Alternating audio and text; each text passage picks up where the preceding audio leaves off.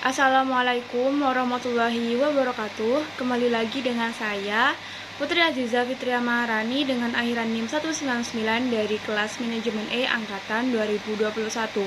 Pada kesempatan kali ini saya akan melanjutkan video pembelajaran metodologi penelitian dengan materi skala pengukuran dan dosen pengampu yaitu Bapak Fathor AS SEMM.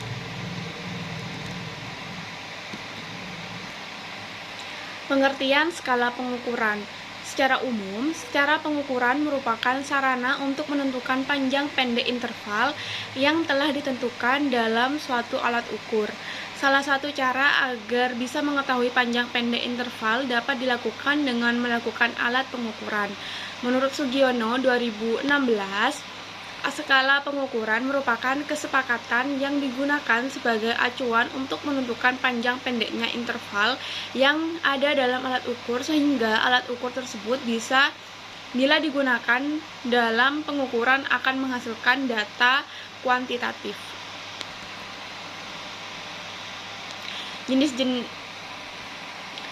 Jenis-jenis dari skala pengukuran itu ada 4. Yang pertama ada nominal, kedua ada ordinal, yang ketiga ada interval, dan yang keempat adalah rasio.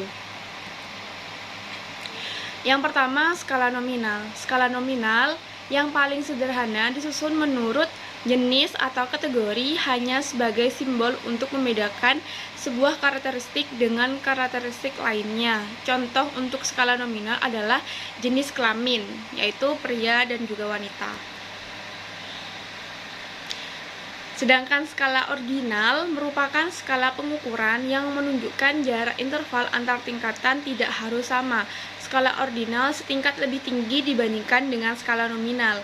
Skala ordinal pengkategorisasian disusun berdasarkan urutan terendah ke tingkat yang lebih tinggi. Contohnya yaitu kepuasan pelanggan. Bisa dengan sangat tidak puas, cukup tidak puas, cukup puas, sangat puas.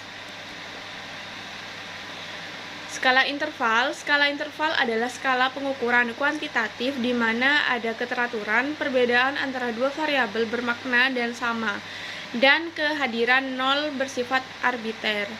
Contoh untuk skala interval adalah di sebuah kelas, siswa A memperoleh nilai 50, siswa B memperoleh nilai 80, dan siswa C memperoleh nilai 100. Nah, dalam kasus ini kita tidak dapat mengatakan bahwa selisih nilai siswa C dan A bisa mengatakan bahwa selisih dari nilai siswa C dan A itu ada 50, tetapi kita tidak bisa mengatakan bahwa siswa C 2 kali lebih pintar dari siswa A. Skala rasio.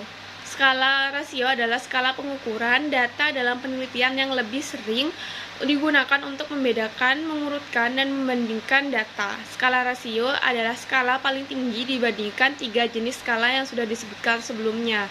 Contoh untuk skala rasio adalah berat si A yaitu 20 kg, sedangkan berat si B 40 kg. Kita dapat mengatakan bahwa berat si B adalah 2 kali berat si A, atau jarak yang dapat dihitung berarti kelipatan.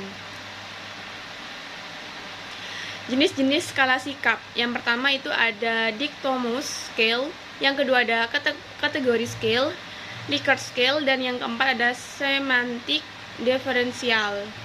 Yang pertama, Dictmus scale. Skala ini sering juga dikenal dengan skala Goodman. Merupakan skala pengukuran yang ingin mendapatkan jawaban tegas. Misalnya jawaban ya, tidak, benar, salah, pernah, tidak pernah, positif, negatif, dan sebagainya. Skala ini termasuk tipe skala nominal. Dictmus scale, contohnya yang pertama, bagaimana pendapat saudara apabila orang itu menjabat direktur perusahaan ini? Maka jawaban yang harus dilontarkan yaitu A setuju dan B tidak setuju.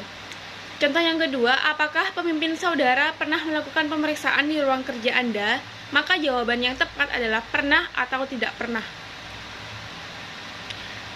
Kategori scale. Skala ini membagi responden ke dalam beberapa kategori atau lebih dari 2 kategori. Skala ini termasuk tipe skala nominal, misalnya pertanyaan tentang agama, tempat tinggal, jenis pekerjaan, lapangan pekerjaan, dan sebagainya. Likert scale digunakan untuk mengukur sikap, pendapat, dan persepsi seseorang atau sekelompok orang tentang fenomenal sosial. Dalam skala ini, variabel yang akan diukur dijabarkan menjadi indikator variabel, dan indikator variabel ini akan dijadikan titik tolak dalam menyusun butir-butir instrumen penelitian yang dapat berupa pernyataan atau pernyataan. Skala ini tergolong ke dalam tipe skala ordinal atau interval. Likert scale sebagai contoh yaitu jawaban pada setiap butir pertanyaan dalam skala ini dapat berupa kata-kata seperti yang pertama, sangat setuju, setuju, cukup setuju, tidak setuju, dan yang terakhir ada sangat tidak setuju. Atau dengan kata-kata lain misalnya selalu, sering, kadang-kadang, hampir tidak pernah, tidak pernah, atau kata-kata sangat baik, baik, cukup baik, tidak baik, dan sangat tidak baik.